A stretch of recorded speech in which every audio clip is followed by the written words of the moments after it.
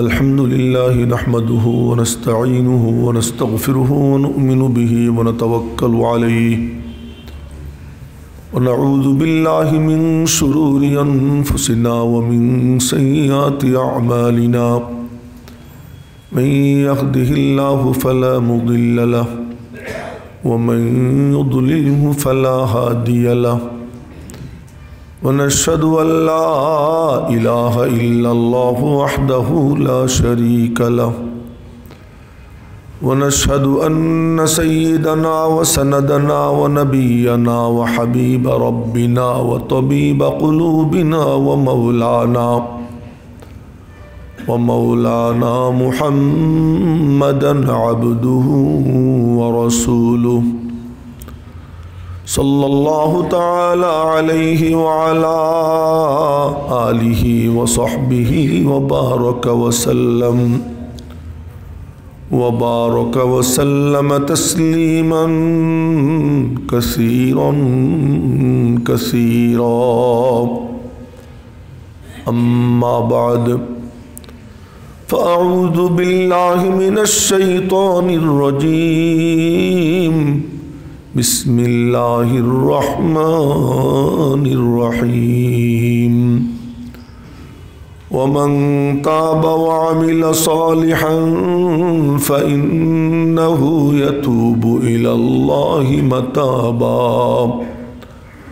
वल्लज़ीन ला यशहदून अज़्ज़ूर व इज़ा मर्रू बिल्लग़्वि मर्रू किरामा वल्लज़ीन इज़ा ज़ुक्किरू बिआयाति रब्बिहिम लम यख़िर्रू अलैहा सुम्मन व उम्याना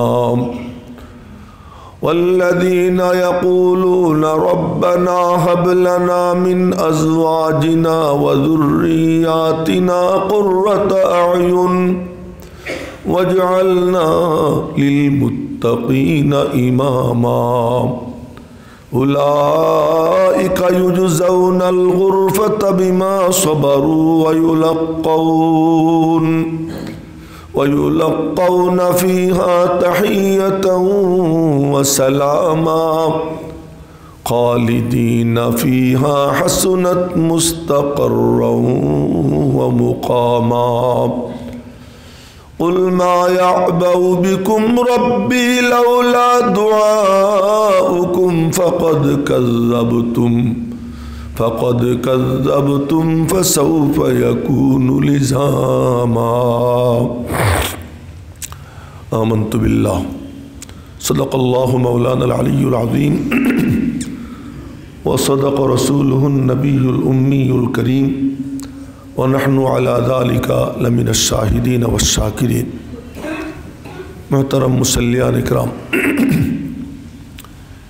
दीर्घ कয়েক সপ্তাহ যাবৎ মুহাম্মাদি কাফেলার সদস্য যারা, তাদের কি গুণাবলী হওয়া চাই এ সম্পর্কে আমরা কোরআনে কারীমে আল্লাহ তাআলা তাদের কি সমস্ত গুণের কথা বলেছেন শুনতেছিলাম। আমরা শেষ পর্যায়ে এসে গেছি। মুহাম্মাদি কাফেলার সদস্য যারা হবে, এক কথায় তারা ভদ্র, নম্র, তারা সভ্য, উন্নত চরিত্র মাধুরীর অধিকারী এবং তারা শান্তি বন্টনকারী, নিরাপত্তা বন্টনকারী হবে। নাম তার মুমিন, তার মানে আমন সালামত, নিরাপত্তা বন্টনকারী। নাম তার মুসলিম, শান্তি বন্টনকারী। তো নাম যখন তোমার মুসলিম, ইসলাম আসছে সিলমুন থেকে সালামত শান্তি, ঈমান আসছে আমনুন থেকে নিরাপত্তা, সে নিরাপত্তা বন্টনকারী হবে। আজ সারা দুনিয়া চিৎকার দিচ্ছে সামাজিক নিরাপত্তা প্রতিষ্ঠিত করা দরকার। সামাজিক কোনো নিরাপত্তা নাই। তো সামাজিক নিরাপত্তা কেন নাই? কারণটা কি? কারণ যদি উদ্ঘাটন করা হয়, আল্লাহ পাকের সাথে তার সম্পর্ক নেই। যার আল্লাহর সাথে সম্পর্ক হয়ে যায় তো তাকে আর কারো নিয়ন্ত্রণ করা লাগে না, রব্বুল আলামিন নিজে তার নিয়ন্ত্রণ করেন, আল্লাহ তাআলা নিয়ন্ত্রণ করেন। সে নিজের বিবেক দ্বারা নিজেই নিয়ন্ত্রিত হয়ে যায় যখন কারো আল্লাহর সাথে সম্পর্ক হয়ে যায়। আম্বিয়া আকরাম আলাইহিমুস সালাতু ওয়াস সালাম পৃথিবীতে এসে মানুষকে কি করছেন? আল্লাহর সাথে জুড়ছেন, বাস এই পর্যন্ত তাদের কাম, আর কিছু না। আল্লাহর সাথে জুড়ছেন। রব্বুল আলামিনের সঙ্গে জুড়লে কি হবে? তো আল্লাহ পাক রব্বুল আলামিন বলেন, আমার সাথে যদি কেউ জুড়ে যায় আমি তার অন্ধকার থেকে টাইনা আলো ঝলমল রাস্তায় উঠিয়ে দেব। সেও নিরাপদ, অন্যরাও নিরাপদ। দুর্নীতি কেউ করলে অন্ধকারে করে, দুর্নীতির ছিনতাইয়ের শিকার যদি কেউ হয় অন্ধকারে হয়, গলির মধ্যে হয়, চিপার মধ্যে হয়। কিন্তু কেউ যখন আলো ঝলমল রাজপথে উঠে যায় তো আল্লাহ পাক তার হেফাজতের ব্যবস্থা করে ফেলেন। তো এই জন্য কেউ যখন আল্লাহর সাথে সম্পৃক্ত হয় তো রব্বুল আলামিন বলেন আমি তার বন্ধু হয়ে যাই। আল্লাহু ওয়ালিয়ুল্লাযীনা আমানু, যে রব্বুল আলামিনের সঙ্গে জুড়ে যায় বলে লা ইলাহা ইল্লাল্লাহ। দেখেন, দ্বীন ইসলামের সবচেয়ে মূল জিনিস তা হলো তাওহীদ। যে তাওহীদের ব্যাপারে কোন নবীর ধর্মে কালিমার মধ্যে লা ইলাহা ইল্লাল্লাহ ছাড়া কোনো কালিমা আছে নাকি? সব নবীর কালিমা কি লা ইলাহা ইল্লাল্লাহ। মুসা আলাইহিস সালামের সঙ্গে প্রথম যখন আল্লাহর কথাবার্তা হয়, প্রথম মুসা আলাইহিস সালাম তার বিবিকে নিয়ে যাচ্ছিলেন, বিবির প্রসব বেদনা উঠছে, তো দূর থেকে আগুন দেখতে পেলেন।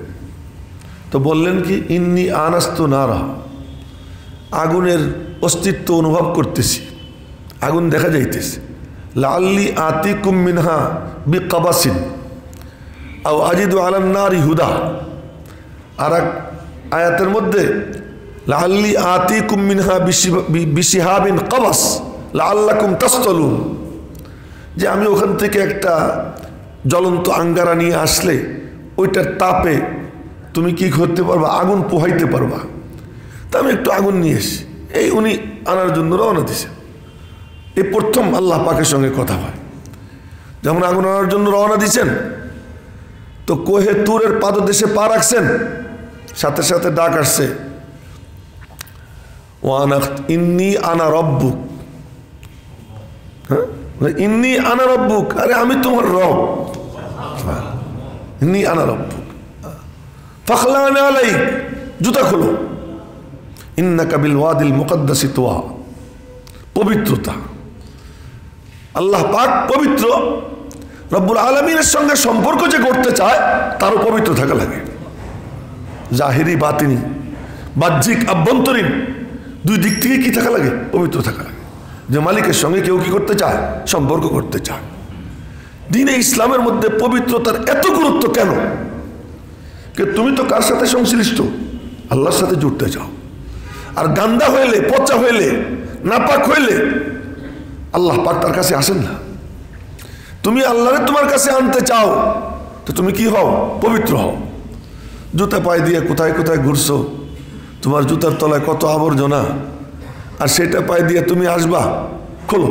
ফাখলানা আলাইক ইন্নাকা বিল ওয়াদিল মুকদ্দাসি তুয়া। আমার নূরের তাজাল্লিতে পুরো পাহাড়ের আশপাশ এটা কি হয়ে গেছে? আরদে মুকদ্দাসা বনে গেছে, পবিত্র ভূমি হয়ে গেছে। জুতা খোলো। ওয়ান আখতারতুকা, আমি তোমারে বেছে নিয়েছি। তোমার নিজের কোনো ক্রেডিট না, আমি তোমারে বেছে নিয়েছি, তোমাকে আমি চয়ন করেছি, নির্বাচন করেছি আমার জন্য। ফাস্তামিউ, এবার দিলের কান দিয়ে শোনো। আল্লাহ বলতেছেন মুসা আলাইহিস সালাম, ফাস্তামিউ ফাসমাউ না, ফাস্তামিউ ইস্তেমা, দিলের কান দিয়ে শোনা। আর আসসামু এমনি শ্রবণ করা, কান দিয়ে শোনা। ফাস্তামিউ, এবার ভালো করে মনোযোগ দিয়ে দিলের কান দিয়ে শোনো। লিমা ইউহা, যা তোমার উপরে এখন ওহী নাজিল করা হচ্ছে এটা ভালো করে মনোযোগ দিয়ে শোনো। প্রথম কথা কি? ইন্নানি আনাল্লাহ, নিশ্চয়ই অবশ্যই আমি আল্লাহ। প্রথম কথা, লা ইলাহা ইল্লা আনা, আমি ছাড়া কোনো মাবুদ নাই। আগে দিলের মধ্যে এটা বসাও, মাবুদ একমাত্র আমার কে? আল্লাহ। মাসজুদ একমাত্র আমার কে? আল্লাহ। শিরক থেকে তুমি পবিত্র হও। ফাসতামি লিমা ইউহা ইন্নানি আনাল্লাহ লা ইলাহা ইল্লা আনা, আমি ছাড়া কোনো মাবুদ নাই। ফাবুদনি, ফাবুদনি, তুমি আমার ইবাদত করো, তুমি আমার পূজা করো, আমার সামনে তুমি অবনত মস্তক হও, তুমি আমার দরবারে এসে বিনয়ী হয়ে যাও, মাথা ঝুঁকাইয়া দাও, তোমার সবচেয়ে দামি অঙ্গ কপাল, মাথা আমার কদমে রেখে দাও। ফাবুদনি। এখন ইবাদতের সবচেয়ে বড় যেই মানে মাধ্যম, সে মাধ্যম হলো ওয়া আকিমিস সালাহ। আল্লাহ বলতেছে ওয়া আকিমিস সালাহ, তুমি নামাজ কায়েম করো। কেন? লিযিকরি, আমার ইয়াদ তাজা রাখার জন্য। তার কারণ তুমি তো আমার সঙ্গে আহাত করছো, তুমি আমার সঙ্গে চুক্তি করছো। ও ভাই, কথা মনোযোগ দিয়ে শুনবো না, মাথা নিচের দিকে কেউ রাখেন না, হ্যাঁ, মনোযোগ দিয়ে শুনে। আমার সঙ্গে তোমার একটা আহাত হয়েছে, চুক্তি হয়েছে। কি চুক্তি? আলাস্তু বিরব্বিকুম, আমি কি তোমাদের রব না? তো তুমি বলছো কি বালা? হ্যাঁ, আপনি আমাদের রব, আপনি আমার রব। তুমি তো বালা বলছিলা, তোমার সেই আহাদের কথা স্মরণ আছে? ভুলে গেছো, তোমার মনে নেই? ওই মনে করাই দেওয়ার জন্য আমার রসুলকে পাঠাইছি, উনি তোমার মনে করাই দিবেন। আর মাঝে মাঝেই তুমি ভুলে যাবা, পারিপার্শ্বিকতার প্রভাবে ভুলে যাবা। যখনই ভুলের টাইম তোমার চলে আসবে, দৌড় দাও, অজু করো। অজু করলে তোমার গাফলাত দূর হয়ে যাবে, আলসেমি যে ভাব আছে এটা দূর হয়ে শারীরিকভাবে একটা চনমনে অবস্থা তোমার মধ্যে সৃষ্টি হয়ে যাবে। অজু, মানুষ যখন পবিত্র হয় একটা ফুরফুরে ভাব লাগে। আর যখন কি থাকে, আবর্জনা ময়লা থাকে, কেমন নিজের ভিতরটা ঘিন ঘিন করে। এই অনুভূতি যার আছে তার কথা বলতেছি। ওরা তো জীবনেও গোসল করে না, হ্যাঁ? খ্রিস্টানরা, ইহুদিরা, হিন্দুরা গোসল কি জিনিস, পবিত্র হওয়া কি জিনিস, এমনি মাঝে মাঝে গা গত ডলে, পেশাব করে ঝাড়া দিয়া বাস প্যান্টের চেন লাগাই ফেলায়, পেশাব লাগিয়ে যায়। ও নিয়ে কি করতেছে? ঘুরতেছে। আর মুসলমানের অবস্থা কি? একটুখানি লাগছে কোন রকম অসতর্কতা বশত, মাসলা কি হবে? ইমাম সাহেবের কাছে দৌড়ে আসে যে এতটুকু লাগছে, কি হবে? এ কি দ্বারা হয়েছে? আল্লাহ পাক, আল্লাহর সঙ্গে যে জুড়ে যায় আল্লাহ পাক তাকে পবিত্র মানসিকতা দান করে দেয়, তার মধ্যে পাকির অনুভূতি চলে আসে। আল্লাহ পাক বলতেছেন কি? ওয়া আকিমিস সালাতা লিযিকরি, আমার ইয়াদ তাজা রাখার জন্য। আসল ইবাদত আল্লাহ পাকের ইয়াদ। আর একদিন বলছিলাম, মনে আছে কিনা ভুলে গেছেন, জিকির কাকে বলে? জিকির বলা হয় ইস্তিহজারুল্লাহ ফি কুল্লি হাল, সর্বাবস্থায় আল্লাহর ইয়াদ তাজা রাখা, এর নাম হলো কি? জিকির। তাহলে আর টেবিলের নিচ দিয়ে ঘুষ যাবে না। ইনবিলাপ যে টেবিলের নিচ দিয়ে যায়, হ্যাঁ, আর ওখান থেকে ধরে সোস লাগাইয়া যে নেয় পকেটে পুরে, সে মনে করতেছে সরকারি যে গোয়েন্দা আছে তারা দেখতেছে না, অমুক দেখতেছে না, তমুক দেখতেছে না, আর সমানে ঘুষ কি পকেটে ভরতেছে। আর যখন এক ব্যক্তি রব্বুল আলামিনের সাথে সংশ্লিষ্ট হয়ে যায়, এরপরে তার এই কাম করার কথা না, কেন করে? ভুলে যায়, ভুলে যায়। এই ভুলে যায়, ওইটাকে তাজা করার জন্য, ওই ইয়াদকে মানে উন্নত করার জন্য আল্লাহ পাক বলেন ওয়া আকিমিস সালাহ, তুমি কি করো? নামাজ কায়েম করো, নামাজ ঠিক মতো পড়ো। নামাজ যদি ঠিক মতো আদায় করো তো তোমার অন্তরের মধ্যে আমি আল্লাহ যে আসি, আমি যে তোমার শাহরগের থেকেও নিকটে, এটা তোমার মনে পড়বে। কি করো? নামাজ পড়ো। নামাজের সময় কি কয়? আল্লাহু আকবার। এই তাকবীরের নাম কি? তাকবীরে তাহরিমা, না? তাকবীরে তাহরিমা। আপনারা জানেন যে হারাম মানে নিষিদ্ধ, তাই না? এর থেকে হলো কি তাহরিমা, হারাম করণ। তো তাকবীরে তাহরিমা হারাম করণের তাকবীর, নিষিদ্ধ করণের তাকবীর। তার মানে যে আমার সামনে আল্লাহ, আল্লাহ ছাড়া যা কিছু আছে সব কিছুকে আমি হারাম করে দিলাম। সব কিছু যদি হারামি করে দিই, মোবাইল কেমনে বাজে, হ্যাঁ, মোবাইল বাজলে পরে টিপ দিয়ে আমি কি করব, বন্ধ করব, এই চিন্তা আমার মাথার মধ্যে থাকলো, হারাম করলাম কোথায়? ওই সেন্সে দেখলে তার নামাজই হয় না। ওই সেন্স থেকে যদি দেখা হয় তার নামাজ হয় না। ভুলে কালে ভদ্রে 3 মাসে 6 মাসে একবার করতে পারে, ভিন্ন কথা। কিন্তু নিয়মিত মোবাইল বাজতেই থাকবে আর পকেটে হাত দিয়ে টিপতেই থাকবো, নামাজ কি পড়বো? আমি তো আমার সামনে কানে রাখছি আল্লাহ, ওয়াকিমিস সালাতা লিযিকরি। তো রব্বুল আলামিন বলেন যে তোমার মূল কাম হলো কি? মালিকের সাথে সম্পর্ক রাখা, আল্লাহ পাকের সাথে সম্পর্ক রাখা। ওই সম্পর্ক যে রাখে তার কি গুণাবলী হয়, সেই গুণাবলীর আলোচনা কয়েক সপ্তাহ যাবত আমরা শুনতেছি। আজ আমি শুধু তর্জমা করব আর আপনারা গুনবেন। ওয়া ইবাদুর রহমান আল্লাযীনা ইয়ামশুনা আলাল আরদি হাওনা। রহমানের বান্দা তারা যারা ধরা পৃষ্ঠে ভদ্রের মতো চলাচল করে, ভদ্রচিত চলাচল করে, জমিনের উপরে ধপাস ধপাস করে কদম মারে না, বিনয়ী হয়, নম্র হয়, নিজেকে ছোট মনে করে, আল্লাহকে হাজির নাজির জানে, সিনা উঁচু করে না, জমিনের উপর ধপাস ধপাস করে কদম মারে না। সে জমিনে যখন চলে আস্তে আস্তে কদম রাখে। ওয়া ইবাদুর রহমান আল্লাযীনা ইয়ামশুনা আলাল আরদি হাওনা। 1 নম্বর, রাস্তায় যখন চলাচল করে, চলাচল করতে গেলে রাস্তায় বহু দৃশ্য থাকে, বহু ধরনের লোকজন থাকে, উপযাচক হয়ে অনেকে ঝগড়া করতে চায়। মুসল্লি হাইটা যাইতেছে, এ মুসল্লি, ডাকটা দিল তুচ্ছ তাচ্ছিল্যের সাথে, দাঁড়িয়ে রাখছে, একটা ডাক দিল, হুজুর কেমন আছেন? এই হুজুর করে ডাক দিছে, বুঝতেছি তুচ্ছ তাচ্ছিল্যের সঙ্গে ডাক দিল। রব্বুল আলামিন বলেন, তুচ্ছ তাচ্ছিল্য করে উপযাচক হয়ে কেউ যদি ঝগড়া করতে চায়, আমার যারা বান্দা, আমার সাথে যার গাঁটছড়া বাঁধা হয়ে গেছে, ও বলবে কি আল্লাহর হাওলা, ও বলবে কি আল্লাহর হাওলা, আমি তো আমার মালিকের, সুতরাং আমার বিষয় আশয় দেখার জন্য মালিকের হাওলা করে দিলাম। সে বলবে সালাম, আমার সময় নেই তোমার সঙ্গে ঝগড়া করার, সালাম বলে অ্যাবাউট করে চলে যাবে। আর যদি এরকম কেউ হাওয়ালা করে দেয় তো আল্লাহ পাক কি করেন? নবীজি বসা, নবীজির সামনে আবু বকর সিদ্দিক বসা, তো এই সময় নবীজি মুস্কি মুস্কি হাসতেছেন, মুস্কি মুস্কি হাসতেছেন, আবু বকরের একজন বকাবকি করতেছে। একটা কথার জবাব দিছে আবু বকর রাদিয়াল্লাহু তাআলা আনহু, নবীজির মুখ কালো হয়ে গেছে। সিদ্দিকে একবার বলে, ফেদাকা আবি ওয়া উম্মি ইয়া রাসূলুল্লাহ, আপনার উপরে আমার মা বাপ কুরবান। এতক্ষণ পর্যন্ত কি হাস্যজ্জ্বল চেহারা, আর এখনই আপনার চেহারা এরকম বিবর্ণ হয়ে গেল, কি অন্যায় করলাম আমি? আবু বকর, এতক্ষণ কি চমৎকার দৃশ্য দেখতেছিলাম, তুমি ওর গাল খাচ্ছিলা, ফেরেশতা তোমার হয়ে জবাব দিতেছিল। তুমি যখন নিজে জবাব দিতে গেলা, ফেরেশতা চলে গেল, এই জন্য আমার মনটা খারাপ হয়ে গেছে।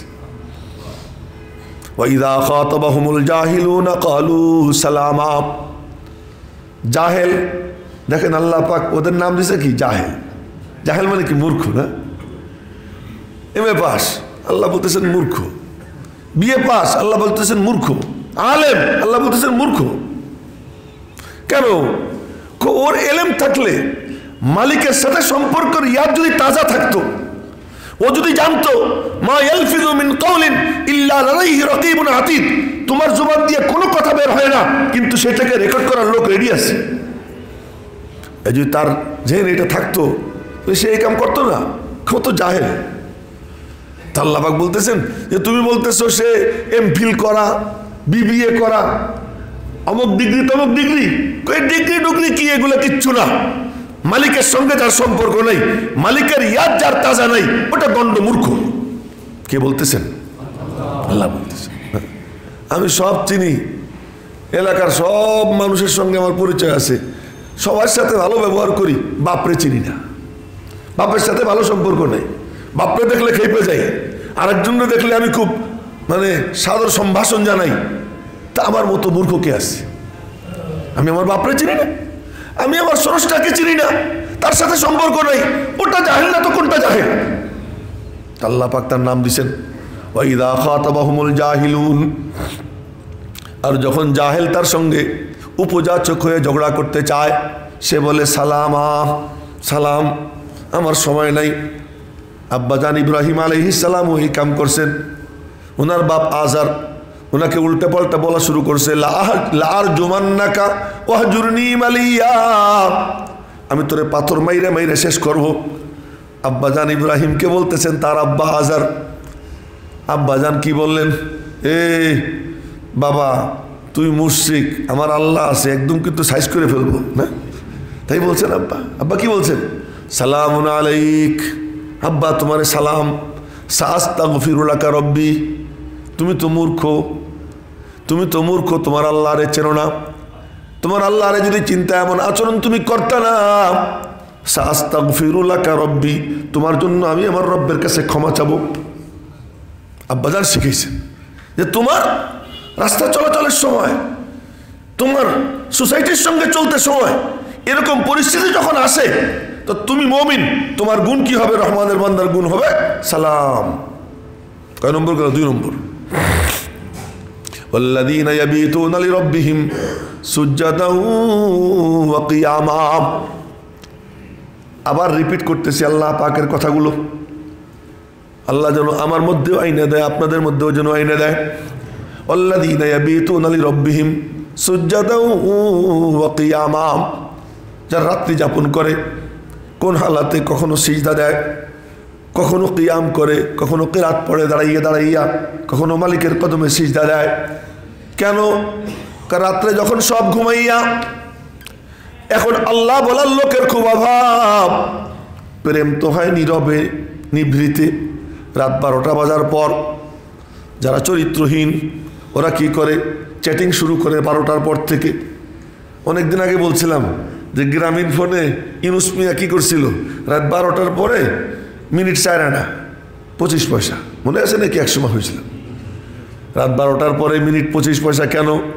মাশাল্লাহ, ইয়াং ছেলে পেলে এখন তারা কি করুক, তাদের চরিত্রগুলো নষ্ট করুক। চরিত্র যত নষ্ট করবে, যত সুযোগ বেশি তারা পাবে, অত বেশি কি হবে? উন্নতি হবে সমাজের। কি উন্নতি হবে? ছেলে মেয়ে রাস্তায় নামবে, দিহান আর আনুষ্কার মতো ওরা পয়দা হবে। এই পয়দা করার জন্য পয়সা কমাইয়ে দিছে, বিল কম, আকাম কুকাম করো। এই জন্যই তো নোবেল পুরস্কার পাইছে। ও কি নামাজ পড়ে নোবেল পুরস্কার পাইছে না? ও কি মুরব্বীদের খেদমত করে নোবেল পুরস্কার পাইছে? এই আকাম করে কি পাইছে? নোবেল পুরস্কার পাইছে। ওই রজনীতে যখন সব কিছু নীরব নিস্তব্ধ, যখন সব চুপচাপ, এই টাইমটা বান্দা মনে করে আর তো কেউ নাই, এখন আমার আল্লাহ আর আমি, আর কেউ নেই।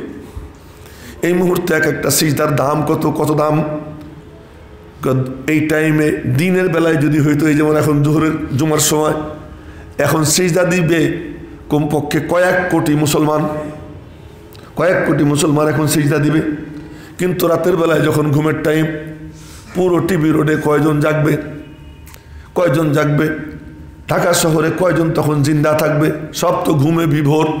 বলে এই সময়ে যে ব্যক্তি সিজদা দেয়, ওই এক সিজদার বিনিময়ে আল্লাহ পাক লক্ষ লক্ষ কোটি কোটি সিজদার সব তার আমল নামায় দান করে দেয়। আল্লাযীনা ইয়াবীতুনা লিরাব্বিহিম সুজদান ওয়া কিয়ামা। গোপনে আর কেউ দেখতেছে না, শুধু তুমিই দেখতেছো, তোমারে দেখানোর জন্য। মসজিদে নামাজ পড়লে এ দেখে, ও দেখে, এ তাকায়, ও তাকায়, আর দেখে তখন কি হয়ে যায়? ভিতরে ভিতরে আসে কেরাটটা লম্বা পড়ি। আমি যখন আমার ঘরের কোনায় রুমের মধ্যে একা একা, না একা একা, কেউ দেখতেছে না, কারে দেখাবো, কার জন্য দেখাবো? কিন্তু এখানেও কিন্তু শয়তান সুবহানাল্লাহ লেগে থাকে। কি? গোপনে গোপনে নামাজ পড়ি, আমার চেহারার মধ্যে নূর পয়দা হবে। এরপরে সকালবেলা যখন বাইরে বের হব, মানুষ আমারে সালাম দিবে। এই ভিতরে ভিতরে শয়তান কি করে? ওই সময় এই ইন্ধন দেয় যেন ওই নীরবে নিভৃতে নামাজটাও যেন বরবাদ করতে পারে। এত বড় খান্নাস, এত বড় খান্নাস। এজন্য সাবধান। ওয়াল্লাযীনা ইয়াবীতুনা লিরাব্বিহিম সুজদান ওয়া কিয়ামা। কয় নম্বর গেল? 3 নম্বর। গুনবেন। 3 নম্বর, ওয়াল্লাযীনা ইয়াবীতুনা লিরাব্বিহিম সুজদান ওয়া কিয়ামা। ওয়াল্লাযীনা ইয়াকুলুন, যারা বলে রব্বানা ইসরিফ আন্না আযাব জাহান্নাম।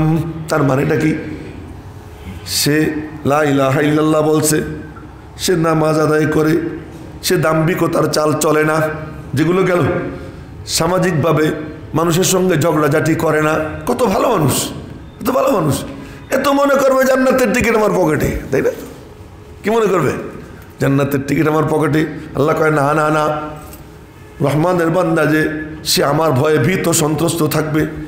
আমি কি করি না করি, আমি স্বেচ্ছাচারী, আমার যা মনে চায় তাই করি, এই ভয়ে সে থরথর করে কাঁপতে থাকবে। আর ওই সময় সে কি দোয়া করে? রব্বানা সরিফ আন্না আযাব জাহান্নাম, আল্লাহ তুমি জাহান্নামের আযাবকে আমাদের থেকে হটাইয়া দাও। ইন্না আযাবাহা কানা গারামা, এর শাস্তি বড় বিধ্বংসী। ইন্নাহা সাআত মুস্তাকাররা, দেখেন আল্লাহ কি বলেন, ইন্নাহা সাআত মুস্তাকাররা, স্থায়ী ঠিকানা হিসেবে বড় নিকৃষ্ট। মুকামা, সামান্য সময়ের জন্য, ক্ষণিকের জন্য বড় নিকৃষ্ট ঠিকানা। বলে জাহান্নামটা কিছুক্ষণের জন্য কঠিন, আর লম্বা সময়ের জন্য হলে তো কোনো কথা নাই। মুস্তাকাররান মানে লম্বা সময় থাকা, স্থায়ী ঠিকানা বানানো।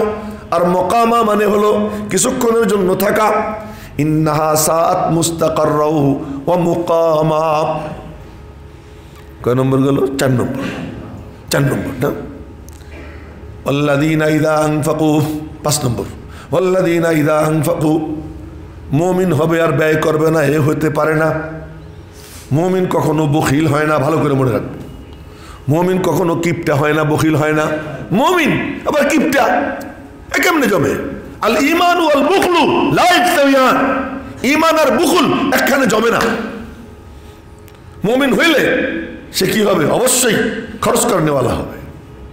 হ্যাঁ, এই জন্য মাঝে মাঝে আমি বলি, সামনের কাতারে নামাজ পড়ে মাগরিবের সময় এ পকেটে হাতি দেয় না, বাক্স খালি ধাক্কায়। যে বাক্স ধাক্কাইতেছে, আপনি নামাজ পড়তেছেন, আপনার থেকে আল্লাহ বেশি চায়। আল্লাহ দেখতে চায় যে নামাজ পড়ে মুমিন বান্দা পকেটের থেকে বের করার মানসিকতা আছে কেন, আল্লাহ দেখতে চায়। এটা অন্যতম গুণ। পরিমাণে বেশি দেওয়া না, টাকা আপনার বেশি নাই, আপনার পকেটে 100 টাকা আছে, ওখান থেকে 5 টাকা দেন, 2 টাকা দেন, দেন। তবু না দেওয়ার অভ্যাস করেন না, দেওয়ার অভ্যাস করেন। সুবহানাল্লাহ। আবু বকর সিদ্দিক কি অনেক দান করছে? আবু বকর সিদ্দিক কত দান করছে? উসমান গনি রাদিয়াল্লাহু তাআলা আনহু 600 উট দিছেন একবারে। 600 উট মানে 600 সাজোয়া যান যাকে বলে, সামরিক মহড়ার সময় যেটাকে সাজোয়া যান বলে। ওই জামানার 600 উট মানে এরকম 600 সাজোয়া যান। এই সাজোয়া যান দান করছেন উসমান গনি। আবু বকর সিদ্দিক দিয়েছেন ছোট একটা বস্তা, সেই বস্তার মধ্যে একটা সুইও দিয়ে দিছেন। কি দিয়ে দিছেন? সুই ছিল একটা, সুইটা দিয়ে দিছেন। নিজের গায়ে একটা সুন্দর কাপড় ছিল, ওই কাপড়টা বিক্রি করে ওর পয়সা এটাও বস্তার মধ্যে ভরে দিছেন, বস্তার মধ্যে ভরে দিছেন যে আমার আল্লাহর জন্য আমি সব দিয়ে দেব। দিয়ে দিছেন বস্তা নিয়ে সামনে। নবীজি বস্তা খুলে দেখতেছেন সব সাটকি নাটকি নিয়ে আসছে। কি আবু বকর, সব নিয়ে আসছো, কিছুই রাখো নাই? মালসামানা কিচ্ছু রাখি নেই, মালসামানা সব নিয়ে আসছি, কিন্তু ঘর খালি না। ঘরে কে কি রেখে এসো? ঘরে আল্লাহ এবং তার রসুলকে জমা রেখে আসছি। সিদ্দিক বলতেছেন ঘরে আল্লাহ এবং তার রসুলকে জমা রেখে আসছি। তো আবু বকর সিদ্দিকের দানের পরিমাণ সামান্য।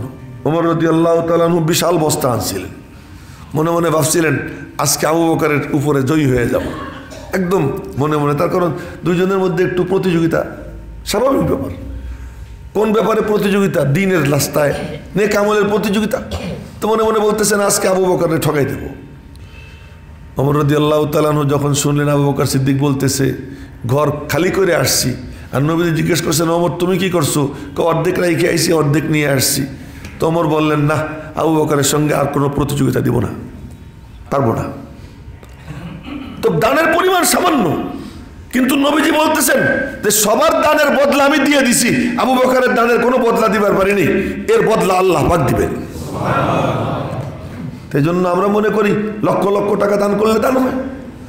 মসজিদে আসছি, মসজিদ আল্লাহর ঘর। হ্যাঁ, বাক্স যাইতেছে কার ঘরের বাক্স? আল্লাহর ঘরের বাক্স। তো আল্লাহর ঘরের জন্য, খেদমতের জন্য আমি কি করতেছি? দিতেছি। দেখতেছেন কে? আল্লাহ দেখতেছেন, আল্লাহ দেখতেছেন। কেউ কেউ আসে বাইসে বসে ছেঁড়া টাকা দিয়ে দেয়, ছেঁড়া টাকা দেয়, কষ্টেপ লাগানো টাকা দেয়, যে টাকা রিক্সাওয়ালা নেয় না, যে টাকা কোনো কামে আসে না, ওইটার মধ্যে কি করে ছেড়ে দেয়। খুব জঘন্য কারবার, খুব জঘন্য কারবার। লান তানালুল বিররা হাত্তা তুনফিকু মিম্মা তুহিব্বুন। মাহবুব জিনিস খরচ করা ছাড়া আল্লাহ পাকের নৈকট্য লাভ করা যায় না। যেটা খরচ করতে গেলে মনের মধ্যে খুঁচা লাগে, এমন জিনিস কি করতে হয়? ব্যয় করতে হয়।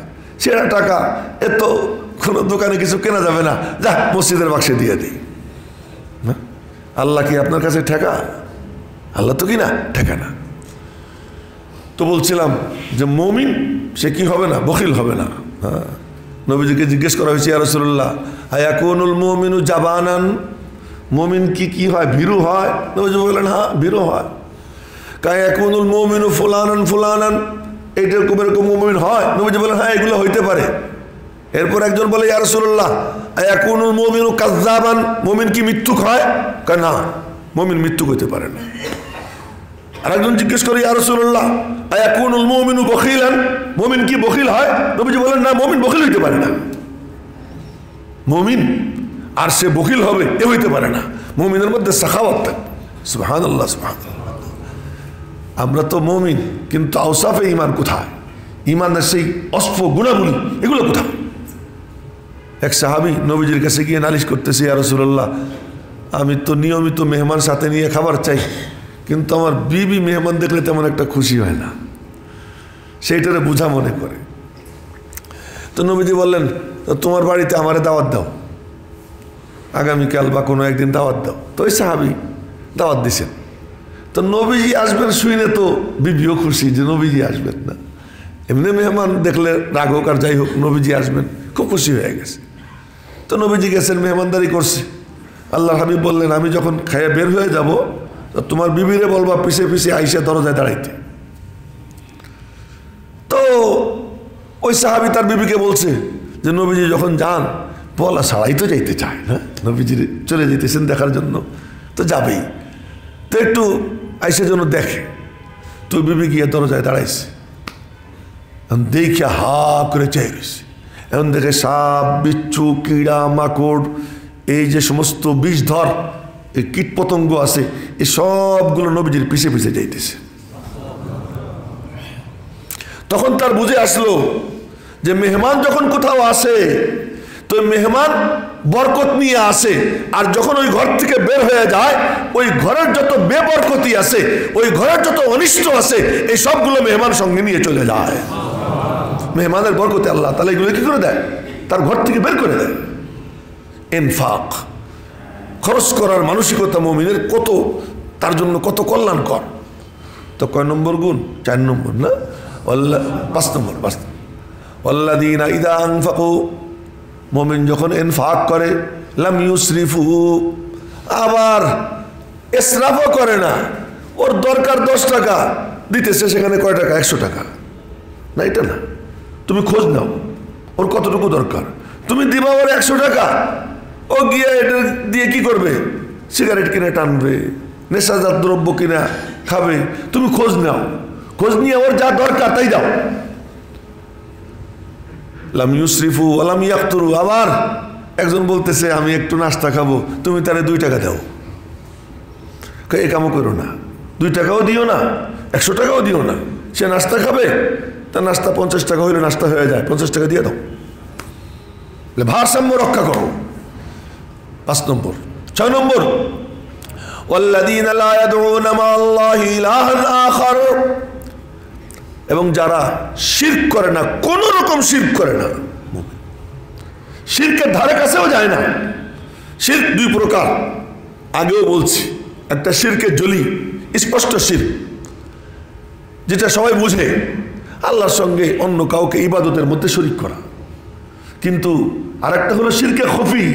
সে শিরকে খফি কি? সুবহানাল্লাহ, আমি নামাজে দাঁড়াইছি, ঘরের মধ্যে একা একা নামাজ পড়তেছি, তখন মনে মনে বলি যে আমি নামাজ পড়তেছি একা একা, তো আল্লাহ পাক আমার চেহারার মধ্যে নূর পয়দা করে দিবে, মানুষ দেখলে আমার রেসপেক্ট করবে, সম্মান করবে। এটাও শিরক। এটাও কি শিরক? নামাজে দাঁড়াইছি আমি, হুজুর লম্বা কেরাত পড়তেছি কেন? যে মুসল্লিরা বলছে না ইমাম সাহেব লম্বা কেরাত পড়ে নামাজ পড়ে ভালো, মানে সাংঘাতিক বুজুর্গ মানুষ ইমাম সাহেব। এটাও শিরক। এটাও কি শিরক?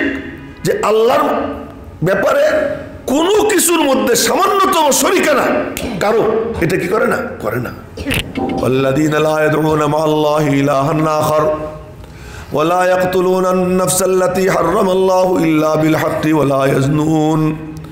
শিরকের ব্যাখ্যা করলাম না, তো লম্বা ব্যাখ্যা আগে ব্যাখ্যা করছি, আজকে আরো তো ব্যাখ্যা করলাম না।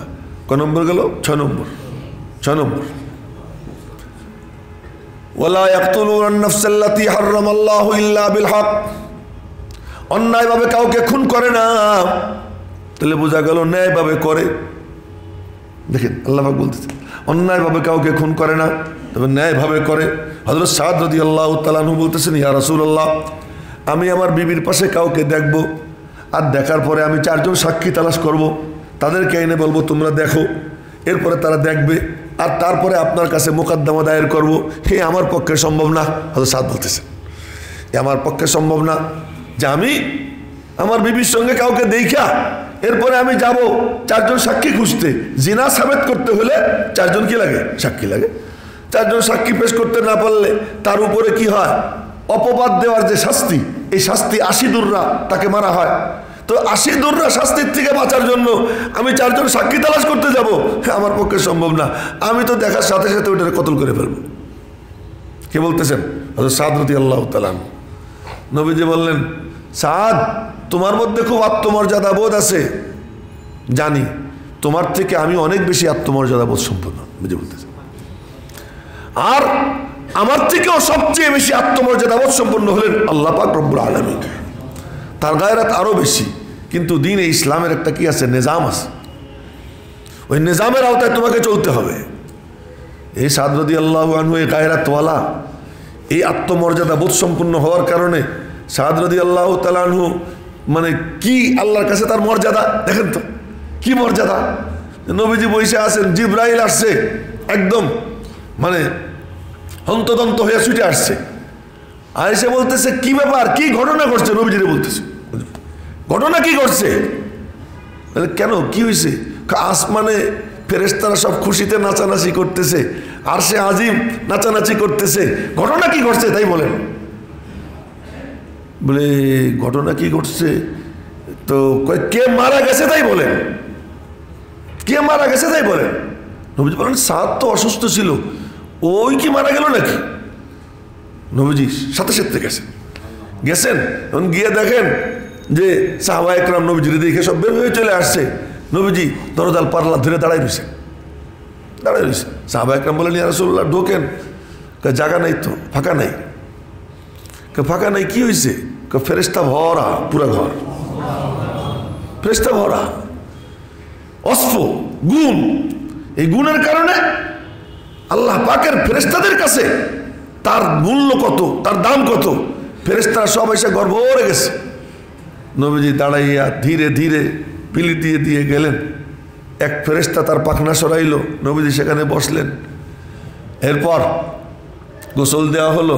গোসল টোসল দেওয়ার পর নবীজি দৌড়ে গেছেন যেন ফেরেশতারা আগেই গোসল দিয়ে না ফেলায়, যে আমরা গোসল দিব সাদকে। গোসল টোসল দেওয়া হলো। গোসল টোসল দেওয়ার পরে সাহাবায়ে কেরাম ওনার খাটিয়া কান্দে নিছেন। খাটিয়া যখন কান্দে নিছেন, পিছনের দিকে তাকাইতেছেন, ইয়া রাসূলুল্লাহ কি এত বিশাল দেহ, কোনো ভার নাই। নবীজি তাকাইলেন, রুহানি চোখ দিয়া তাকাইলেন, তাকাইয়ে দেখে বললেন, ভার হবে কেমনে? তোমরা এমনি খাটিয়ে ধরে আসো, কিন্তু আমার সাদকে তো ফেরেশতারা কাঁধে করে নিয়ে যেতেছে, সাদকে ফেরেশতারা নিয়ে যেতেছে। মেরে মোহতারাম ভাই, তো অস্ফ কেউ যদি অর্জন করে তো এই গায়রাতমন্দ, তার মধ্যে গায়রাত, আত্মমর্যাদা বোধ, এমনি ভদ্র, তার ভদ্রতার কোনো সীমা পরিসীমা নাই। কিন্তু আবার ওইদিকে তার আত্মমর্যাদা বোধ যে আমার বিবির সাথে ব্যভিচারে লিপ্ত কাউকে দেখলে 1 সেকেন্ডও দেরি করবো না, তার কল্লাটা উড়িয়ে দেবো। হ্যাঁ, তো তোমার বিবির ইজ্জত লুণ্ঠন করতে কেউ আসে, আর তুমি ভদ্র মানুষ, আচ্ছা আসুক, মুমিন তো কি হয়, ভদ্র হয়। আল্লাহ কয় না, ওয়ালা ইয়াকতুলুনান নাফসাল্লাতী হারামাল্লাহু ইল্লা বিল হক। প্রয়োজন যখন দেখা দেয় তখন মুমিনের মতো এত বড় কঠিন আর কেউ হয় না, সে বড় কঠোর হয়ে যায়। আল্লাহর উপরে কেউ যখন কোনো হামলা করে আমার মুমিন বান্দা তখন অগ্নিশর্মা হয়ে যায়।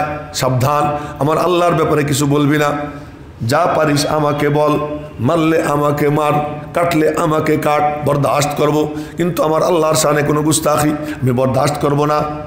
আমরা সবাই জীবন দিতে পারি, আমাদেরকে মাইরে টুকরা টুকরা কর, কিন্তু সাবধান আমার নবীজির ইজ্জতের উপর যদি কোনো হামলা চালাস আমি বরদাস্ত করব না। মুমিনের গায়রাত।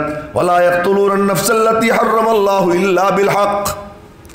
বড় বুজুর্গ হযরত মুবারক শাহ রহমতুল্লাহি আলাইহি বড় বুজুর্গ ছিলেন। এত বড় বুজুর্গ সারা দুনিয়া তারে চেনে। মুবারক শাহ রহমতুল্লাহ আলাইহি 1918 সালে উনি হজে গেছেন। হজ থেকে ফিরে আসছেন, দরওয়াজায় দাঁড়ায় সালাম দিছেন। সালাম দেওয়া সুন্নত, ঘরে ঢোকার আগে সালাম দিচ্ছেন, আসসালামু আলাইকুম আহলাল বাইত। বিবি জল্লাদের মতো রূপ ধারণ করে, রুদ্রমূর্তি ধারণ করে বিবি দরওয়াজার সামনে আসছে। ऐसे बोले ए मुबारक तू तो एक मुनाफिक है। बीवी बोलते से शामिल तू मुनाफिक है, तू रोज़ा पाक की ज़ियारत करके आया, तुझे शर्म नहीं आती? तू रोज़ा पाक की ज़ियारत कोशिश तो लज्जा करे ना, तू तो मुनाफिक है। अरे ये देखिए गुम है, बूढ़ा है, तदा हो गया। तो হজ করে আসছে, আর ওই জামানার হজ কি আমাদের এই জামানার হজ কি হজ, সুবহানাল্লাহ। তো বিবি রুদ্রমূর্তি, তোমার কি হয়েছে? বিবিরে বল, তোমার হয়েছে নাকি, এমন করো কেন?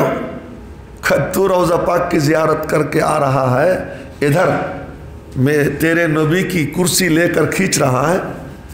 কে তুই রোজা পাকের জিয়ারত করে আইসো, তুমি বড় আশেকে রসুল, আর নবীজির চেয়ার ধরে টানাটানি করতেছে, আর তুমি খবর রাখো না। ঘটনা কি বলো?